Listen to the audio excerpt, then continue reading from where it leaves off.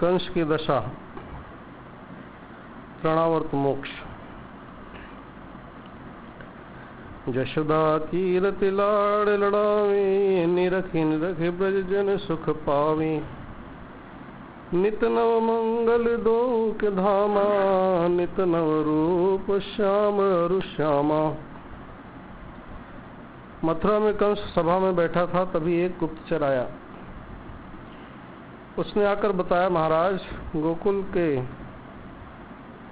गोकुल में नंद के मित्र महात्मा वृषभानुवर के घर एक सुंदर कन्या और पुत्र ने जन्म लिया है। सुना है वह कन्या का रूप अद्भुत अलौकिक है। उसको सब राधा राधा नाम से पुकारते हैं। कंस चमका, क्या राधा ये वही शक्ति होगी जिसकी बात देवी मैया ने बताई थी? अवश्य पूतना उस 8 शक्ति का हरण कर गोकुल पहुंची होगी, पर नंदन ने पूतना को मार दिया होगा। अतः वह 8 शक्ति गोकुल में ही होनी चाहिए। परंतु हाय, अब हमें कौन बताएगा 8 शक्तियां कहाँ हैं? ब्राह्मण श्रीधर को तो लकवा मार गया। नारद जी भी बहुत समय से नहीं आए, वरना वे सत्य बता देते। कंस बड़ा ही व्याकुल हो गया। उसी समय प्रभु प्रेरणा से नारद जी का आगमन हुआ। नारायण नारायण नारायण। कंस एकदम हर्षित हो गया, नारद जी का स्वागत किया, आसन दिया और बोला, मैंने आकाशवाणी दोबारा सुनी थी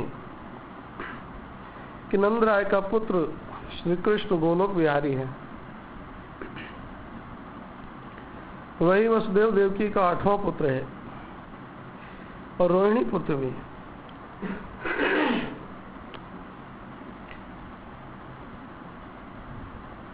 देवकी का 7वां पुत्र है, जो शेष नाग भगवान का अवतार। नारद जी, हाँ, आकाशवाणी कभी झूठी नहीं हो सकती। कंस कहता, आकाशवाणी में देवी ने यह भी कहा था कि 8 शक्तियां 2 दिन में प्रकट होंगी, तो वे कहाँ हैं? आप संत हैं, सदा सत्य बोलते हैं, आप हमें सत्य बताएं। जो वृषभानु की अद्भुत कन्या श्री राधा है, वो क्या यही श्रेष्ठ शक्ति है? नारद जी, हाँ, वह 8 शक्ति में सर्वश्रेष्ठ शक्ति है। वह गोलोक विहारी श्री कृष्ण की प्रियतमा पत्नी है। उसका नाम लेते ही जीव भवपार हो जाते हैं। कंस मन में सोचने लगा कि सर्वश्रेष्ठ शक्ति राधा को पालूं तो अन्य शक्तियां भले न मिले। नारद जी से कहता है, बस आपने तो हमारा कल्याण कर दिया, अब और कुछ भी नहीं पूछना। नारद जी नारायण नारायण करते हुए अंतर्ध्यान हो गए। वे तो संत हैं, कंस का भी निस्तार चाहते हैं। कंस विचार करता है कि राधा कृष्ण को कैसे पाऊं। राधा से शादी करूंगा, कृष्ण को मारूंगा, इस प्रकार मोह से राधा का द्वेष, भय से कृष्ण का, इस प्रकार राधा कृष्ण का मन ही मन हृदय में जाप चलने लगा। एक दिन राजसभा में सब असुर मध्य बोला, मित्रों, ब्रज में मेरा काल उत्पन्न हो गया है। अभी तो 108 दिन का हुआ और कागासुर को मार दिया। श्रीधर ब्राह्मण को बेहाल कर दिया, पूतना बहन को भेजा तो उसे भी एक क्षण में मार दिया। तुम में से कोई वीर है जो जाके उस बालक का नाश कर दे? ये सुनते ही तृणावर्त खड़ा हो गया, महाराज, उसे मारने का बीड़ा मुझे सौंप। आपके प्रताप से मैं उसे पल भर में मार दूंगा, कहो तो उसके सहित सारे ब्रज का ही विनाश कर दूं। कंस कहता है, धन्य है तुझे, केवल कृष्ण को मारना है, मेरा आशीर्वाद तुम्हारे साथ है।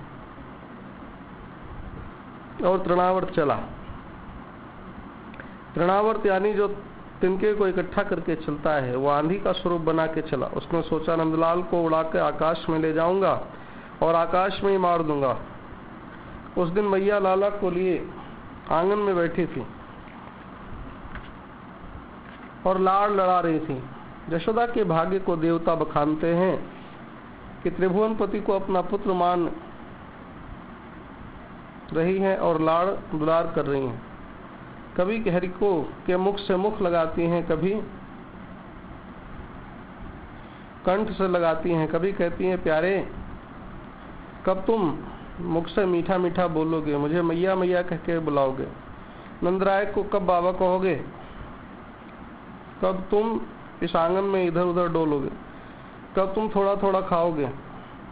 यशोदा ऐसी अभिलाषा कर कुलदेव को मनाती हैं और यशोदा की बात सुन के श्रीहरि माँ को सुख देने वाली किलकारी मारते हैं। उसी वक्त कंस का भेजा तृणावर्त असुर आंधी तूफान का रूप लेके आ रहा था।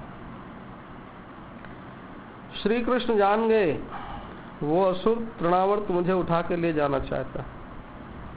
यहाँ माँ ने मुझे उठाया है तो वो माँ के सहित उठा के आकाश में ले जाएगा। इससे मेरी मैया को कष्ट होगा। जो मुझे सुख दे उसे मैं कैसे दुखी होने दूं?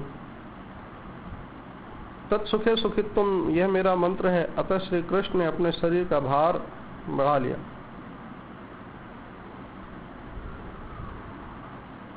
जिससे माता मुझे गोद से उतार दी। मैया ने सोचा आज लाला इतना भारी कैसे हो गया, अभी तो 108 दिनों का ही है। मैया जिस खाट पर बैठी थी उसी पर वस्त्र बिछा के लाला को सुला दिया। और प्रभु प्रेरणा से कोई कार्य याद आया तो घर में चली गई। रोहिणी रसोई में थी, लाला आंगन में खाट पर अकेले पड़े थे। अति प्रचंड वंडर उठते गोकुल पर तिहकाल, हरित तब हल्का कियो असुर उठायो लाल। आंधी में सारे गोकुल में अंधकार छा गया। यशोदा खिड़की से आंधी देख दौड़कर आंगन में लाला को उठाने आई, परंतु लाला तो आंगन में नहीं है। मैया इधर उधर देखने लगी तो देखा लाला तो आकाश में उड़े जा रहे हैं। शोर मचा दिया, स्वामी स्वामी रोहिणी सखियों, लाला को आंधी उठा के ले गई। बाबा मैया रोहिणी सेवक गोपी गोप ब्रजवासी लाला सबके प्राण थे। सब आकाश की ओर जाते लाला को देखने लगे और दौड़ने लगे। यशोदा तो सह नहीं पाई, मूर्छित हो गई। रोहिणी उन्हीं के पास रुक गई। दाऊ अंदर भवन में थे। तृणावर्त लाला को लेकर आकाश मार्ग से जा रहा था। ये कंस की सभा में बैठे दैत्यों ने दूर से देखा। आपस में बोले, देखो ये तृणावर्त नंदलाल को उठा के आ रहा है। तुरंत कंस से जाके बताया। कंस भी हर्षित होकर छत पर आ गया। दैत्य बोले, महाराज अब आपका दुख जाएगा। तृणावर्त आपके 3 सेवक कागासुर, श्रीधर ब्राह्मण और पूतना,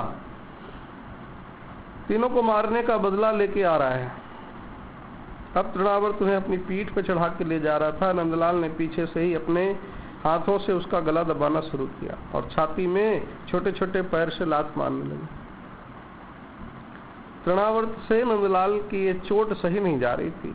वह भी मथुरा महल की छत पर कंस वह दैत्यों को खड़ा देखता है और जोर से बोला, अरे ये तो काल मेरा ही है, ये गला दबाए देता है।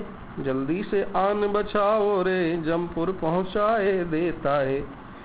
बोल निशर्त मथुरा से जल्दी क्यों नहीं तू आता है। हाथों में तेरे ये आ पहुंचा क्यों नहीं यहाँ घर लाता है। फिर तृणावर्त ये कहता है, यह बच्चा बड़ा सितमगर है। तुम कहते हो आओ आओ, मुझको तो प्राणों का डर है।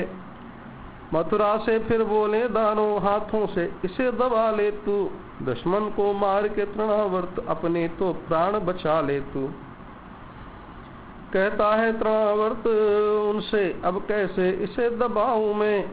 इसने ही मुझे फांस रखा, अब कैसे प्राण बचाऊं मैं। मेरी गर्दन को पकड़ा है, अरे इसमें भार बड़ा भारी। ये मुझे गिराए देता है मुझसे ज्यादा बलधारी। माद पिता व्याकुल हुए, पुरवासी बेहाल। सहुदिश खोजत फिरत है, कहाँ गए नंदलाल। भगवान ने सोचा माता पिता भक्तों को इतना तड़पाना ठीक नहीं। राक्षस का गला दबाया, धरती पे पटका और तृणावर्त की आंखें बाहर निकल आई। मुख से खून उगलने लगा। चक्कर खाता हुआ पृथ्वी पे गिर पड़ा। तृणावर्त तिनकों को इकट्ठा करके उड़ रहा था, तो बहुत से तिनकों के संग गिरा। बड़ी भयंकर चीख और आवाज आई। सब उसी दिशा में दौड़े और देखा लाला राक्षस के सीने पर खेल रहा है। नंदराय को बहुत आनंद हुआ, मैया को परमानंद हुआ। रोहिणी हर्षित, ब्रजवासी सुखी हुए। धरती मैया को हर्ष हुआ, मेरे स्वामी मेरा बोझ उतार रहे हैं। सब कहने लगे, बड़े धन्य भाग हैं। मैया बाबा के पुण्य से आज भी लाला बच गए, ईश्वर ने सहाय की, ऐसा मैया बाबा सोचने लगे। और उसी वक्त पुण्य वृद्धि के लिए सबने खूब दान दिया, क्योंकि लाला फिर बच गए। मैया ने देखा लाला के सब अंग धूल धूसरित हो रहे हैं। मैया लाला के अंग साफ करके बिलक बिलक के रो रही थी। रोहिणी कहती, मैया मत रो, देख लाला बच गए, कुछ नहीं हुआ। लाला भय की लीला करते उंगली से पड़ा हुआ राक्षस दिखाते हैं। सारे ब्रजवासी प्रभु की ये लीला देख रहे थे। सबका ध्यान उस राक्षस पर गया। सबने देखा तृणावर्त में से एक दिव्य पुरुष निकला, वह श्री कृष्ण की ओर प्रणाम करते खड़ा था। उसी वक्त गोलोक का विमान आकाश में आया और उसे लेके चला गया। सब आश्चर्य में पड़ गए। वृषभानु कीर्ति समझ गए, नित्य सिद्ध गोपी सखी समझ गई, लेकिन अन्य समझ नहीं पाए। सब नंद भवन आए। मैया ने रोहिणी लाला को नहलाया और रक्षा के लिए मंगल पाठ किया। दाऊ भी लाला की लीला देख रहे थे। वे बैठना हुआ पकड़ पकड़ के चलना सीख गए थे। वे लाला के सामने हंसने लगे, लाला भी उनके सामने हंसने लगे। उन्हें हंसते देख सब हंसने लगे। ग्वालों ने तृणावर्त का भी अग्नि संस्कार किया। उससे भी सुगंध निकली, क्योंकि त्रिलोकीनाथ उसके कंधे पर बैठे थे। उससे उसका मन तन पवित्र हो गया था। नर नारी मैया से बोले, मैया तेरी आदत ठीक नहीं, तो बार बार हरि को अकेला छोड़ देती है। क्या घर का कामकाज लाला से भी ज्यादा आवश्यक है, प्यारा है? अभी भी समझ जा, आदत सुधार ले। पूर्व के पुण्य से तेरे घर लाल हुआ है। ये तेरे अकेले के नहीं, ब्रजवासियों का जीवन है, प्राण है। मैया कहती, मेरी गलती हुई, आज से आपकी बात सदा याद रखूंगी, कभी लाला को अकेला नहीं छोड़ूंगी। मुझे बच्चे पालने कहाँ आते हैं? मुझ गरीबनी को तो हीरा मिल गया। अब अपने लाल को घर में ही रखूंगी।